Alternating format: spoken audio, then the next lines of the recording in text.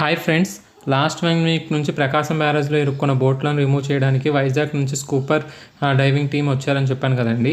ఆ బోట్స్ని రిమూవ్ చేయడం చాలా కష్టంగా ఉందండి. సో ఆ బోట్స్ని ఇప్పుడు ఏం చేస్తున్నారంటే ఒడ్డుకి తీయడానికి ట్రై చేస్తున్నారు. బోట్స్ లోపల మునిగిపోయినప్పుడు వాటర్ ఫ్లోకి రాళ్ళు అవన్నీ వాటి లోపల లోడ్ అయిపోయి చాలా వెయిట్ ఎక్కువ అయిపోతున్నాయి. సో ఇప్పుడు వాటిని ఏం చేస్తున్నారంటే కొక్కాలు వేసి క్రెయిన్స్తో పైకి లాగాక రాళ్ళన్నీ రిమూవ్ చేసేసాక ఆ బోట్స్ని తీసుకొచ్చి ఒడ్డుకు తీసుకొస్తున్నారండి.